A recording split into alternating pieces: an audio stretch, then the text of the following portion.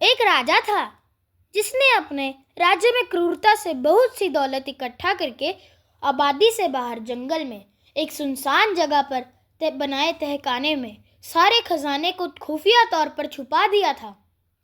खजाने की सिर्फ 2 चाबियां थी। एक चाबी राजा के पास और दूसरी उसके एक खास मंत्री के पास थी। इन दोनों के अलावा किसी को भी उस खुफिया खजाने का राज मालूम ना था। एक रोज किसी को बताए बगैर राजा अकेले अपने खजाने को देखने निकला। तहखाने का दरवाजा खोला और अंदर दाखिल हो गया और अपने खजाने को देख देख कर खुश हो रहा था और खजाने की चमक से सुकून पा रहा था।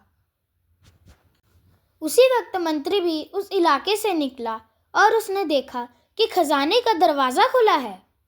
वो हैरान हो गया और ख्याल किया कि कहीं कल रात जब वह खजाना देखने आया तब शायद दरवाज़ा खुला रह गया हो। उसने जल्दी जल्दी खजाने का दरवाज़ा बाहर से बंद कर दिया और वहाँ से चला गया। उधर खजाने को निहारने के बाद राजा जब संतुष्ट हुआ और दरवाजे के पास आया तो ये क्या, दरवाज़ा तो बाहर से बंद हो गया था। उसने ज़ोर ज़ोर से दरवाज़ा पीटना शुरू किया पर वहाँ उसकी आवाज़ सुनने वाला कोई ना था। राजा चिल्लाता रहा पर अफसोस कोई ना आया। वो थक हार के खजाने को देखता रहा।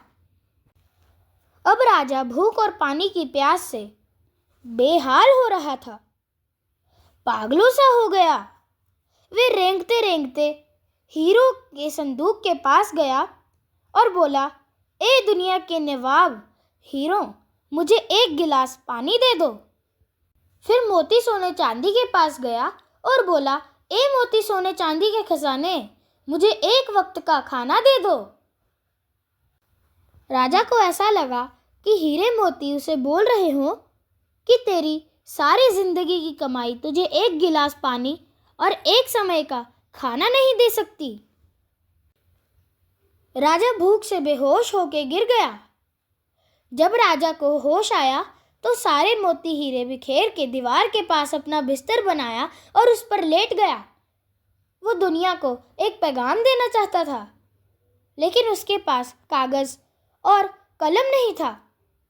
राजा ने पत्थर से उंगली फोड़ी और बहते हुए खून से दीवार पर कुछ लिख दिया। उधर मंत्री और पूरी सेना लापता राजा को ढूंढते रहे, पर बहुत दिनों तक राजा ना मिला। तो मंत्री राजा के खजाने को देखने आया।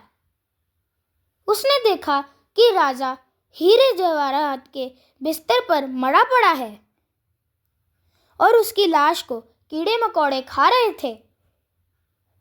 राजा ने दीवार पर खून से लिखा हुआ था, ये सारी दौलत 1 घूंट पानी और 1 निवाला नहीं दे सकी। यही अंतिम सच है।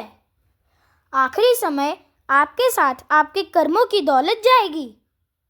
चाहे आप कितने भी हीरे पैसे सोना चांदी इकट्ठा कर लो, सब यही रह जाएगा।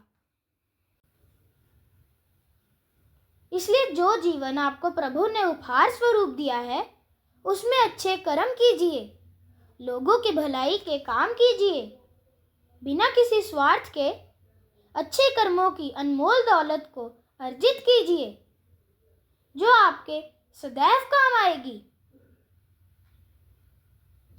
हंसते रहिए, मुस्कुराते रहिए, मस्त रहें, स्वस्थ रहें। ईश्वर की कृपा आप पर सदैव बनी रहे।